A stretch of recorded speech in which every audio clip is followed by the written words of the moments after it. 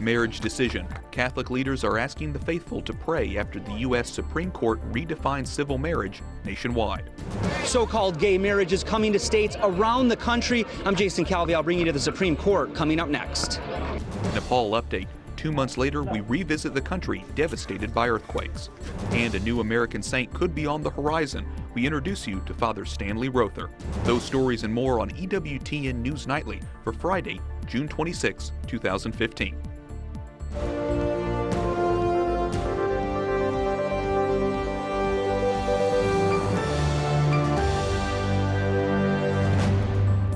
Good evening and thank you for joining us. I'm Wyatt Goolsby, sitting in for Brian Patrick tonight.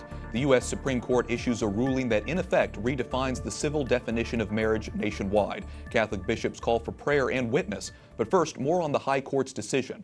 Gay and lesbian couples already can marry in 36 states and the District of Columbia. The court's ruling today means the remaining 14 states in the South and Midwest will have to stop enforcing their bans on so-called same-sex marriage. Justice Anthony Kennedy wrote the majority opinion, just as he did in the court's previous 3 major gay rights cases dating back to 1996. Today, the lead plaintiff in the case celebrated after the ruling. It's my hope that the term gay marriage will soon be a thing of the past, that from this day forward, it will simply be marriage, and our nation will be better off because of it. Many political pundits call the ruling a significant setback for all Americans who believe in the Constitution, the rule of law, and marriage as the union of one man and one woman. Today, 5 justices stole that freedom, the freedom to democratically debate and discuss the most pressing social issues of our time. They stole that from every single one of us. In his dissent, Chief Justice John Roberts says the decision undermines the democratic process. He also said it had nothing to do with the Constitution. As soon as the justice handed down their decision, people on all sides of the debate began reacting. Our Jason Calvi is at the Supreme Court tonight with that part of our coverage. Jason. Wyatt, today's decision will go down in the history books. You can still see people gathering here outside the Supreme Court. Gay marriage supporters rejoicing, while many other Americans, including the U.S. bishops, say marriage redefinition is a fatal flaw, a tragic error. They say it harms the common good and hurts children. Supporters of the court's decision celebrate outside the Supreme Court. As an American, I can't be more proud of us as a nation. But amidst the rainbow flags are some who are critical of the court's ruling. This court has made wrong decisions in the past, and this today is also a wrong decision. Chauncey Killens came from California to be here. I believe marriage is between a man and a woman. The government and the courts did not create marriage. God created marriage and family. So I don't believe the court has a right to change the definition. President Obama called today's ruling a victory for the country. So they've reaffirmed that all Americans are entitled to the equal protection of the law, that all people should be treated equally, regardless of who they are or who they love. A flood of statements countered that position. The U.S. bishops say the decision doesn't change the true nature of marriage. Marriage is unchangeable. Regardless of this decision, the Church will continue to follow our Lord Jesus Christ in solidarity with Pope Francis by offering its enduring witness based on reason and confirmed by faith. Catholics are turning to prayer, just as they have for 40 years since Roe v. Wade legalized abortion. I feel like we need to keep praying and we need to keep pushing the good fight through this, to keep voicing the truth.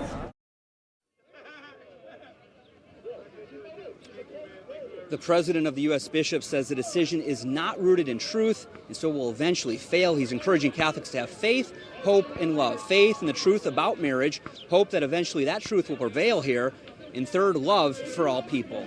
Wyatt? Jason Calvi at the Supreme Court for us tonight. Jason, thanks very much. And Sarah Torre is here with the Heritage Foundation, and Carrie Severino is the Chief Counsel and Policy Director at the Judicial Crisis Network. Carrie, let me start with you. Is today's ruling constitutional? Unfortunately not. The Constitution doesn't say anything one way or the other about how marriage should be defined. It just leaves that decision really to the states. As Justice Kennedy himself wrote, historically states have dealt with these definitions. So unfortunately the court wandered into territory where the Constitution doesn't go and essentially invented a new right here. And the real question going forward is going to be, is that going to be one that's now going to compete with rights actually in the Constitution, like the right to free exercise of religion, for example? Sure, it's a big issue. Sarah, you've been studying these issues for quite some time now. What impact do you think this will have on children in the nation? You know, redefining marriage the way that the court, 5 unelected justices did today, puts into law a new idea that marriage is just whatever adult consenting romantic relationship the government, or in this case 5 judges, say it is. It puts the desires of adults before the needs of children.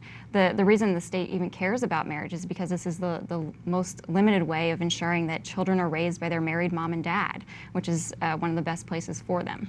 And Carrie, you alluded to this earlier, but obviously this can have an impact on religious institutions. How do you think the ruling impacts the Catholic Church specifically? There are a lot of ways, and all 4 of the dissents spoke to this. In the oral arguments before the court, there was an issue brought up by Justice Alito talking about how religious institutions, say schools in particular, could lose their tax exemptions over this. This is something that not only churches, but a lot of religiously affiliated soup kitchens, institutions of charitable institutions could really be in trouble over this, not to mention individuals who simply want to live out their religious beliefs in their daily life. We've already seen a lot of fallout in cases like that. So we're hoping people will be able to engage in open debate that still has tolerance on all sides, and that we won't be sort of enforced orthodoxy on those who are within the church. Sarah, you agree with Carrie on that point? Absolutely. We now need to not only restore a marriage culture, respect and restore the ability of citizens to make marriage policy for themselves, but protect individuals, organizations who still want to live out the truth about marriage. Protect them. The First Amendment Defense Act, recently reintroduced by Senator Mike Lee and Representative Raul Abdor, would prevent the federal government from discriminating against individuals, organizations, businesses who continue to believe and act on the belief that marriage is one man and one woman. These policies would be really important going forward. Sure. Carrie, you mentioned some of the dissenting opinions earlier. I want to take a moment just to read one. In his dissenting opinion, Chief Justice Roberts writes, "For those who believe in a government of laws, not of men, the majority's approach is deeply disheartening. Supporters of same-sex marriage have achieved considerable success persuading their fellow citizens through the democratic process to adopt their view. That ends today." So, Carrie, what does Chief Justice Roberts mean there? The Constitution leaves a lot of things to the public sphere and to the democratic process, and this is one of those things that should be in the democratic process, not the courts. When you have the courts stepping in to essentially nationalize one rule, you don't have the opportunity for people to have that debate. You also don't have what we see when legislatures do this, which is a compromise that often is reached where religious freedoms are explicitly protected and there's protections put in there for churches and for institutions. When the courts do that, we have to then rely on the courts and litigation to hopefully enforce the First Amendment rights that we all know are there, but we're worried it might be eroded by a decision like that. And justifiably so in a lot of people's minds. Carrie Severino, thank you so much, and Sarah Torre, you as well for all your insight on this issue. Thanks for having us on. Now to some of the other stories our EWTN News Nightly team has been covering in today's world. Thousands of mourners gathered for the funeral of South Carolina Senator Clementa Pinckney, shot and killed with 8 others during a Bible study last week.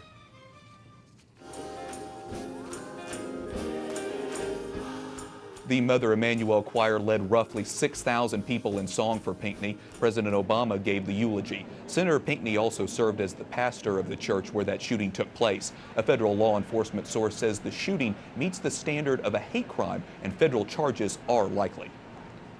At least 37 people have been killed in an attack on a beachfront hotel in Tunisia. Tunisian officials say the incident happened today in Sousse, where a gunman opened fire on hotel guests. The shooting also left 36 people wounded, with at least 2 or 3 of them in critical condition. The incident comes 3 months after gunmen stormed a popular Tunisian museum. The terror group ISIS claimed responsibility for the museum attack. Authorities in France say multiple people are in custody tonight after an attack on a gas factory that left one person dead and 2 others injured. It happened near Lyon in southeastern France when a car crashed through the gate and plowed into gas canisters, triggering an explosion. Officials found a decapitated body with the severed head posted at the factory entrance. 2 flags with Arabic inscriptions were also found at the scene. The plant belongs to Pennsylvania-based Air Products.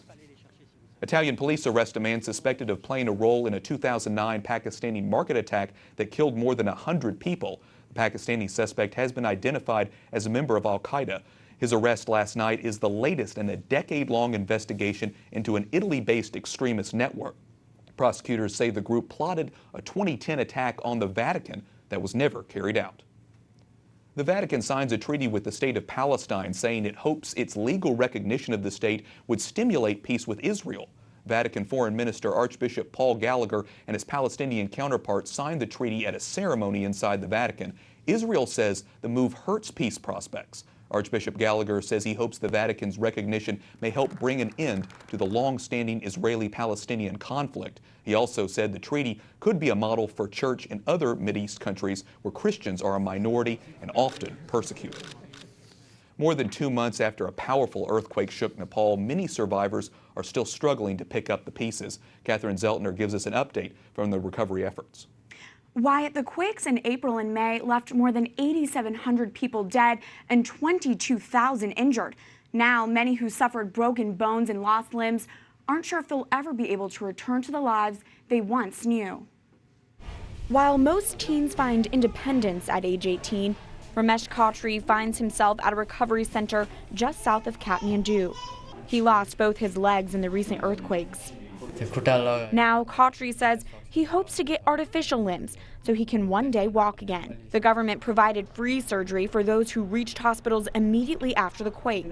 But 2 months later, the injured are on their own. There's really a lack of rehabilitation facilities for the injuries, so basically people get treated and stay a few days or a few weeks in the hospital and in the healthcare centers, and then they get discharged. In one of the most hard-hit areas, hospital staff work out of tents. Doctors say most patients are poor, uneducated, and don't have a strong understanding of physical therapy. What else can I do now? All I can do is sit and eat. Not just my foot, but I have a broken back too. I can't stand up either. If my children give me food, I will eat. If they don't, then I will go hungry. Many impacted by the quakes live in camps far from their villages because they've lost their homes and it's still not safe to return. But many of the injured at rehab centers here are making great strides. They're not just victims, they are survivors. I heard from Mercy Corps emergency relief workers on the ground in Nepal today. They tell me they're now preparing for monsoon season and the likely landslides to come. When the aid workers told a group of locals they're not in a safe area and need to move, the villagers responded, "But where do we go?" Wyatt? A difficult situation for all those people on the ground. Catherine Szeltner, thanks so much for that report. The Supreme Court's rejection of an attempt to gut Obamacare won't stop Republicans from replacing the law, but now their efforts will focus on the 2016 presidential and congressional elections. On the Republican 2016 trail, outrage. I disagree with their decision. I believe Obamacare is bad for Americans, bad for the country. Even though the Supreme Court's decision was written by Chief Justice John Roberts, a Republican appointee, conservatives like Mike Huckabee spoke of an out-of-control act of judicial tyranny. And every GOP presidential candidate renewed promises to dismantle Obamacare. We still need to replace and repeal all of Obamacare. This election in 2016 for the House and the Senate and the White House will give you a chance to stop Obamacare. Despite all that strident rhetoric, behind the scenes in many Republican quarters, there is a giant sigh of relief. If the Supreme Court had gone the other way, ruled that government subsidies for Obamacare are unconstitutional, it would have been up to the GOP-led Congress to deal with the fallout for the 6.5 million Americans still required to have health insurance but can't afford it without government dollars. Crocodile tears are flowing here in our nation's capital. Ted Cruz tried to gin up his Tea Party base by calling out his own Republican establishment. Quietly celebrating the court's decision. If they believe this issue is now settled so they don't have to address it, they are sorely mistaken. In fact, conservative activists say there will be even more pressure on the GOP-led Congress to vote again to repeal Obamacare, especially the Senate, now led by Republicans. The grassroots activists, the rank-and-file Republicans, the Tea Party activists, all those people are asked by the party, give us your votes, give us your energy in walking precincts and getting out the vote, give us your money, do all these things, and we will repeal Obamacare. And then it doesn't happen.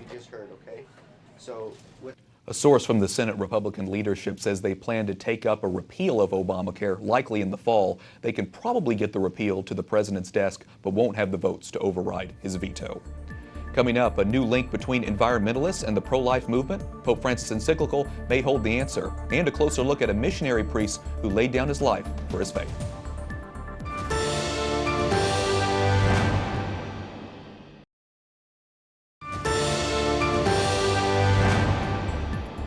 When Jesus came down from the mountain, great crowds followed him, and then a leper approached, did him homage, and said, "Lord, if you wish, you can make me clean." He stretched out his hand, touched him, and said, "I will do it.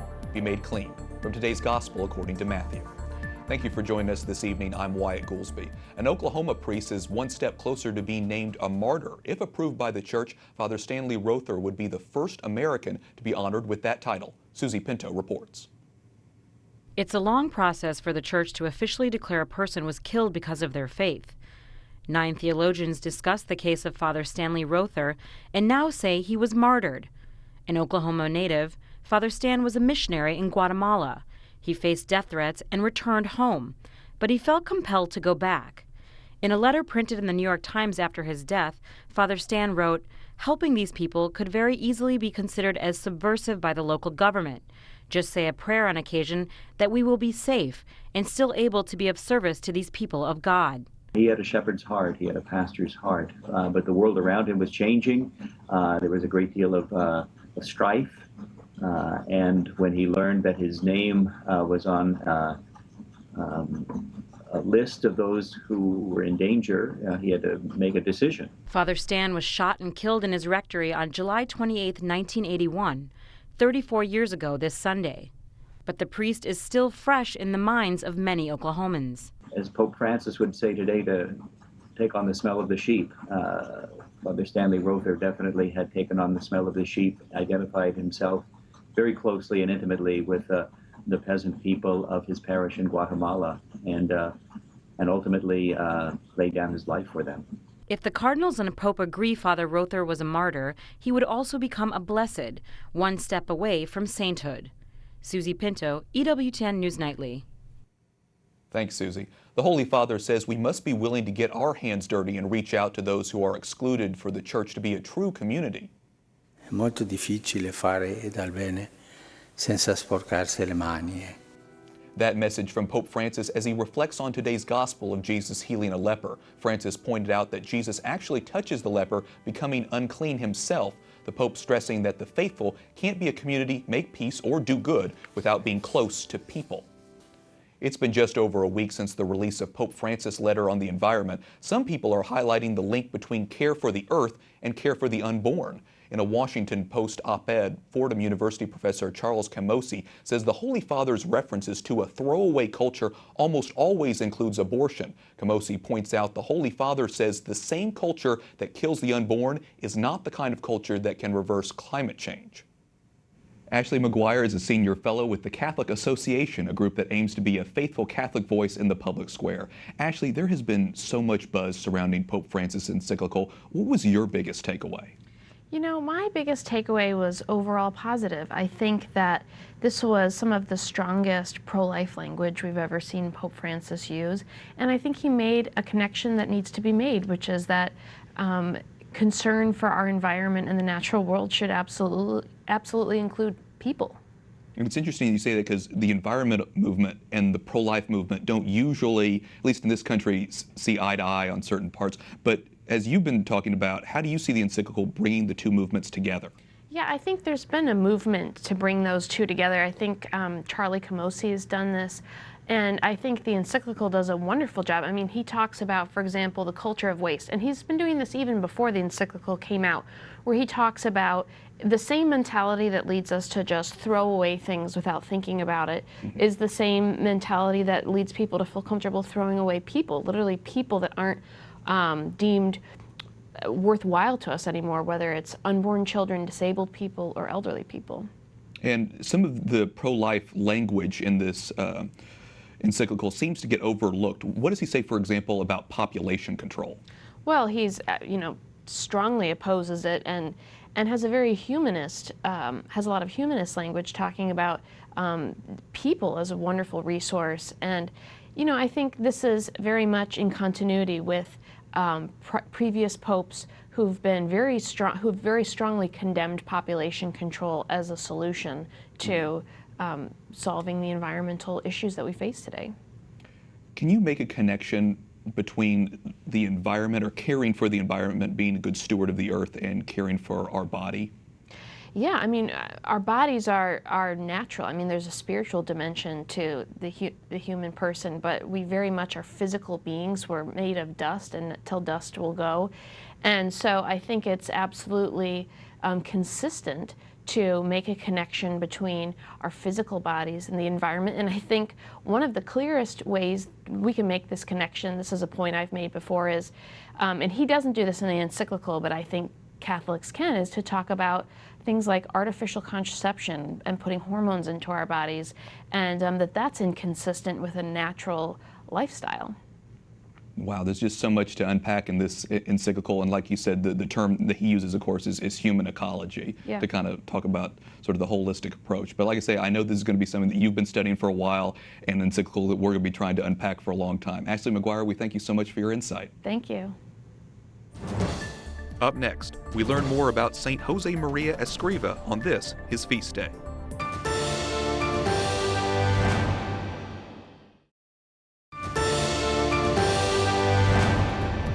Today, the church celebrates the feast of St. Josemaria Escriva, founder of Opus Dei.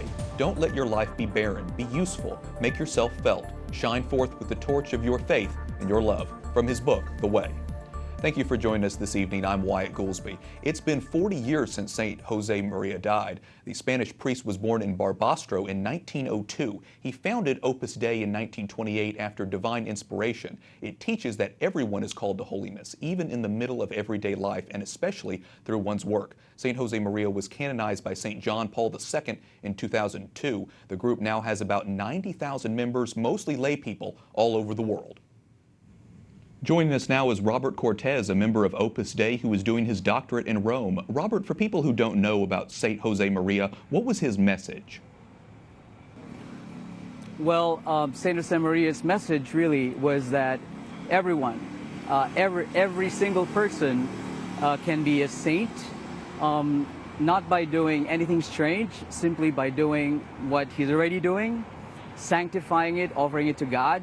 His message was that you don't have to be a priest, you don't have to be a monk or a nun in order for you to be holy.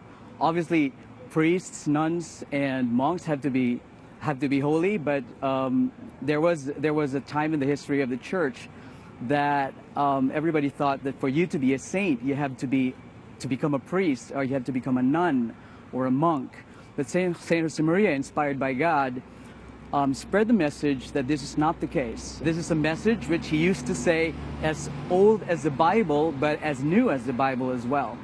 That you and I, whether you're a teacher, you're a doctor, you're a banker, you're a taxi driver, you're a farmer, you're a housewife, you can be a saint. Just be the best that you can be in all of those professions. That basically is the message of Saint Josemaria. And you can do so aside from doing all of those very well, also to have a real relationship with God through prayer, the sacraments, and that's really basically it. Yes. So what impact has St. Josemaria had on your life? Well, I'd really say that I wouldn't be doing what I'm doing now if not for St. Josemaria. Way back in college, when I first met Opus Dei, I was just thinking of, becoming a doctor, getting rich, maybe raise a family. But after getting to know the message of Saint Josemaria, I realized that my life was more than that. It was more than just making money. It was more about making an impact in the world. And so right now I'm doing social communications because I want to help society. Hope to make money on the side as well. But certainly it has become a much richer life because of Saint Josemaria. We thank you so much for your insight on his life and legacy. Robert Cortez joining us from Rome. Thanks so much. Thank you. Britain's Queen Elizabeth II greets well-wishers in the German capital of Berlin. The Queen accepted flowers from a group of children. She also spoke with people lined up on the street. Later that day, the British monarch visited former Nazi concentration camps in Bergen-Belsen. The Queen and her husband, Prince Philip, met with survivors and former British soldiers. They were among those who liberated the camp, where teenager Anne Frank and her sister Margot died 70 years ago. We thank you so much for watching tonight on EWTN News Nightly. And until tomorrow, like us on Facebook, follow us on Twitter, and watch again anytime on EWTN's YouTube page. For all of the EWTN News Nightly team, I'm Wyatt Goolsby. Good night, and God bless.